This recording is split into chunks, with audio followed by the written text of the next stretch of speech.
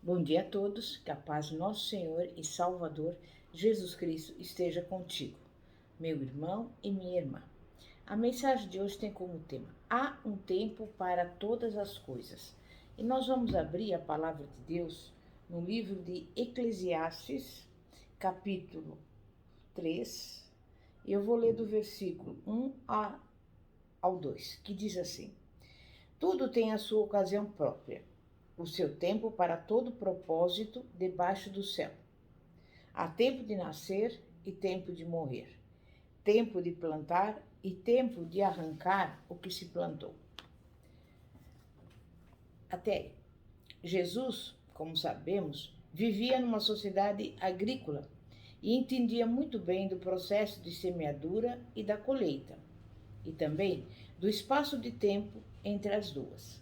Ele sabia que entre o tempo de plantar e o tempo de colher havia um tempo de cuidados e espera. E certa vez ele disse aos discípulos: O reino de Deus é assim como se um homem lançasse semente à terra e dormisse, e se levantasse de noite ou de dia, e a semente brotasse e crescesse, não sabendo ele como. Porque a terra por si mesma frutifica, primeiro a erva, depois a espiga e por último o grão cheio na espiga. E quando o fruto já se mostra, mete-lhe logo a foice, porque está chegada a ceifa. Marcos 4, versículos 26 a 29. Entre o lançar-se semente à terra, semear, e o mete-lhe logo a foice, colheita, há um tempo sobre o qual nenhum poder se tem, e que apenas se pode exercer o poder de ser paciente e esperar. Na Bíblia, nós aprendemos que não é por fé apenas que recebemos as promessas, mas por fé e através da paciência. Está escrito: para que todos vós não façais negligentes, mas sejais imitadores dos que, pela fé e paciência, herdam as promessas. Hebreus 6:12. Normalmente, como eu disse, há um tempo de espera. E foi isso, certamente, o que quis dizer o texto. Lança o teu pão sobre as águas, porque depois de muitos dias o acharás. Eclesiastes 11, versículo 1. Os muitos dias são o tempo de espera, o tempo do exercício da paciência. É bom lembrar também que nesse tempo ele está falando de ofertar. E em função disso, no verso seguinte está escrito: reparte com 7 e ainda até com 8. Voltemos mais uma vez ao paralelismo da verdade. Aquilo que é verdade no mundo natural, que se vê, tem o seu correspondente no mundo espiritual, que não se vê. Se a impaciência cancela sua colheita no mundo natural, isso também é verdade no âmbito espiritual. No mundo natural, todo agricultor experimentado sabe o tempo exato da colheita. Há sinais claros e inequívocos que informam que a hora da colheita é chegada. Jesus identificou um desses sinais quando disse: Levantai os vossos olhos e vede as terras, que já estão brancas para a ceifa. João 4,35. Se a colheita for feita antes do tempo, os frutos não terão qualidade suficiente para enfrentar o mercado, o que resultará, com certeza, na rejeição do produto e prejuízo para o apressado agricultor. No mundo financeiro não é diferente. Você coloca o dinheiro no banco e assina o contrato de não mexer nele por 6 meses, por exemplo. O que acontece se você fizer qualquer movimentação financeira antes do tempo? Não receberá o prometido no contrato. O mundo natural responde à impaciência com o cancelamento da colheita. No mundo espiritual, a impaciência causa a mesma reação no mundo da economia bíblica. Se você planta, investe uma determinada quantia dentro do Evangelho, não deve se permitir ficar impaciente. Enquanto espera pela sua colheita, não comece a murmurar ou se queixar, porque murmuração e queixa não são de maneira nenhuma geradas pela fé, mas pela carne. E a Bíblia diz: o que semeia na sua carne, da carne ceifará a corrupção. Gálatas 6:8. No mundo espiritual, as coisas acontecem por fé. O que você diz demonstra o que você crê. Jesus foi enfático nessa questão quando afirmou: qualquer que disser a este monte, ergue-te e lança-te no mar, e não duvidar no seu coração, mas crer que se fará aquilo que diz, tudo o que disser lhe será feito. Marcos 11:23. Esse é seguramente o caminho de ganhar a sua colheita e também o caminho mais fácil de perdê-la. Depende do que você crê e do que você fala quando crê. Nossas palavras faladas afetam os nossos sentimentos e atitudes. Afetam também os sentimentos de outras pessoas, sua autoestima, suas convicções, como também as atitudes de uma pessoa em relação a outra. As nossas palavras afetam igualmente a nossa fé, no sentido de que dimensionam a expressão dos nossos sentimentos e os definem como verdade diante de nós e de outros. Está escrito: a morte e a vida estão no poder da língua, e o que bem a utiliza, come do seu fruto. Provérbios 18:21. Aquilo que é dito por fé, acontece.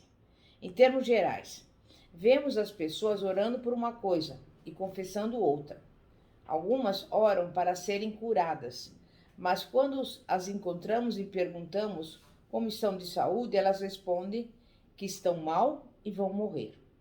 O que essas pessoas fazem? Mais do que cancelar as orações, estavam confessando o que realmente criam. E é isso o que realmente conta. O que elas confessam por fé, certamente terão. Então, quais são as atitudes corretas para obter a colheita? Em primeiro lugar, rejeite os pensamentos que desafiam a palavra de Deus. Os pensamentos que desafiam a palavra de Deus devem ser igualmente desafiados e rejeitados. Temos de enfrentar essa antiga tática de Satanás de colocar pensamentos em nós que façam duvidar da palavra de Deus. Foi exatamente essa técnica que ele utilizou contra Eva, quando a tentou no jardim. É assim que Deus disse? Perguntou Satanás com o intuito de lançar dúvida e incredulidade no coração da mulher. O que aprendemos com esse exemplo é que qualquer argumento, por mais elaborado que seja, não vence o inimigo. A única forma de vencermos as astutas ciladas do diabo é ficando firme na palavra de Deus. A palavra de Deus diz: porque as armas da nossa milícia não são carnais, mas sim poderosas em Deus para a destruição das fortalezas, destruindo os conselhos e toda altivez que se levanta contra o conhecimento de Deus e levando cativo todo entendimento à obediência de Cristo. 2 Coríntios 10, versículos 4 e 5. Como Jesus, temos que estar firmes não somente no que está escrito, mas igualmente no que também está escrito e sempre conferindo coisas espirituais com coisas espirituais.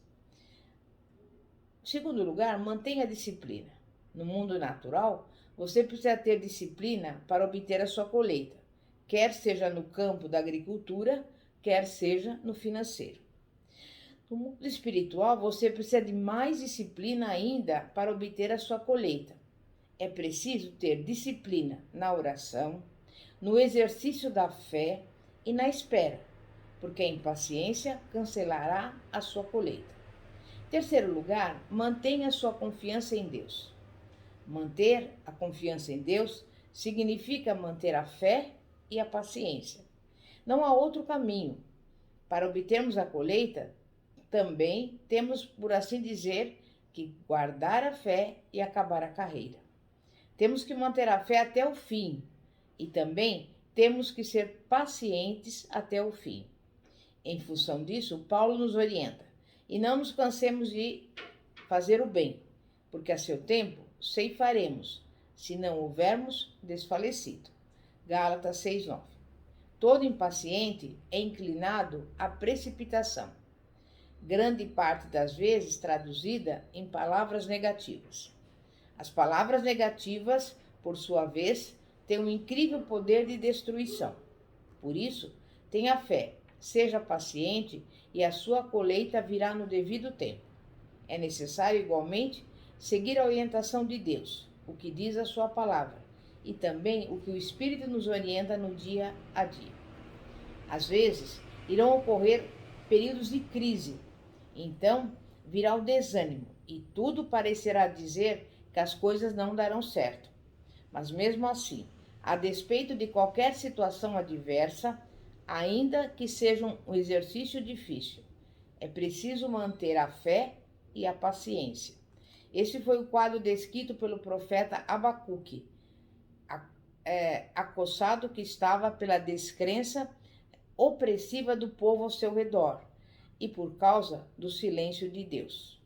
Mesmo com toda essa situação absurda, ele decidiu manter viva a sua confiança em Deus. Embora o quadro fosse de desesperança, Abacuque afirmou sua fé nas seguintes palavras: porquanto, ainda que a figueira não floresça, nem haja fruto na vide, o produto da oliveira minta e os campos não produzam mantimento, as ovelhas da manada sejam arrebatadas e nos currais não haja vacas, todavia eu me alegrarei no Senhor, exultarei no Deus da minha salvação. Jeová, o Senhor é minha força, fará os meus pés como das servas e me fará andar sobre as minhas alturas. Abacuque 3, versículos 17 a 19. Além disso, uma manutenção apropriada é essencial para uma colheita ideal. Devemos lembrar que temos a nossa responsabilidade antes de Deus fazer a sua parte. Em primeiro lugar, coloque Deus em primeiro plano e viva um estilo de vida justo. Colocar Deus em primeiro plano, viver um estilo de vida justo, segundo Jesus, era a condição indispensável para uma vida de bênção e prosperidade da parte de Deus. Ele diz: buscai primeiro o reino de Deus e a sua justiça, e todas essas coisas vos serão acrescentadas. Mateus 6,33. O que são todas essas coisas? O texto anterior diz: não andeis cuidadosos quanto à vossa vida, pelo que haveis de comer ou pelo que haveis de beber, nem quanto ao vosso corpo, pelo que haveis de vestir. Observe que Jesus está falando de coisas práticas e necessárias, como comida, bebida, roupas, bens, enfim. Ele está falando das necessidades da própria existência, enfim, de bens materiais. Mas as qualificações para recebê-las são basicamente espirituais: buscar o reino de Deus e buscar a sua justiça. Quando Jesus disse: buscar em primeiro lugar o reino de Deus, o que isso quer dizer? Ele queria dizer que nós devemos nos esforçar, acima de qualquer outra coisa, para permitir que o reino de Deus se manifeste a si mesmo, em nós e através de nós. Mas o que é o reino de Deus? O reino de Deus é o lugar onde Deus reina, controla, exerce domínio e poder. O reino de Deus não tem domínios geográficos. É um reino espiritual.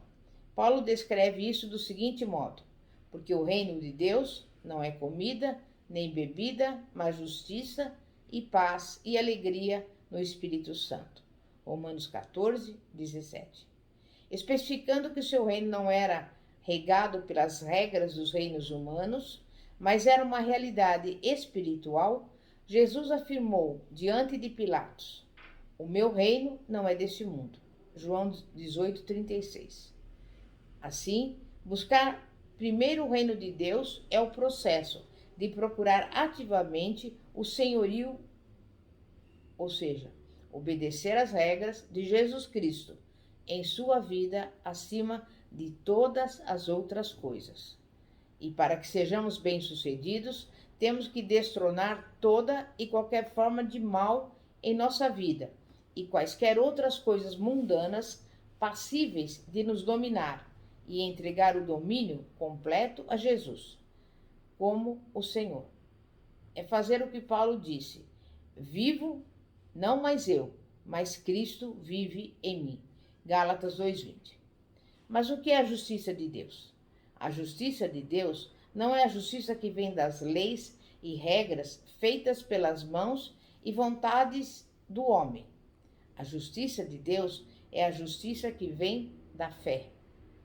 Para buscar a justiça de Deus, você tem primeiramente que ser salvo. Quando você aceita Jesus e sua expiação substitutiva, isso concede a você a justiça de Deus. Nós nos habilitamos a viver essa justiça quando direcionamos a nossa vida e toda a nossa maneira de viver em direção à meta de nos tornarmos imitadores de Cristo e nos conformarmos com a sua imagem. No reino de Deus, não há espaço para aqueles que seguem as suas próprias regras de justiça. Por isso, meu irmão e minha irmã, você que está me ouvindo agora, a nossa primeira prioridade é a expansão do Evangelho. Isso inclui a nossa oração, o nosso serviço, as nossas finanças, inclui tudo. Mas como eu posso investir financeiramente no reino de Deus se eu não tenho nem o suficiente para mim e para a minha família? Você gostaria de ter mais do que o suficiente e assim poder investir no reino? Creia-me, Deus quer que você tenha em abundância. O problema é que pensamos que a vida abundante que Jesus quer que tenhamos é no céu. Ou ainda, se for na terra, é concernente apenas à vida espiritual. Para Jesus,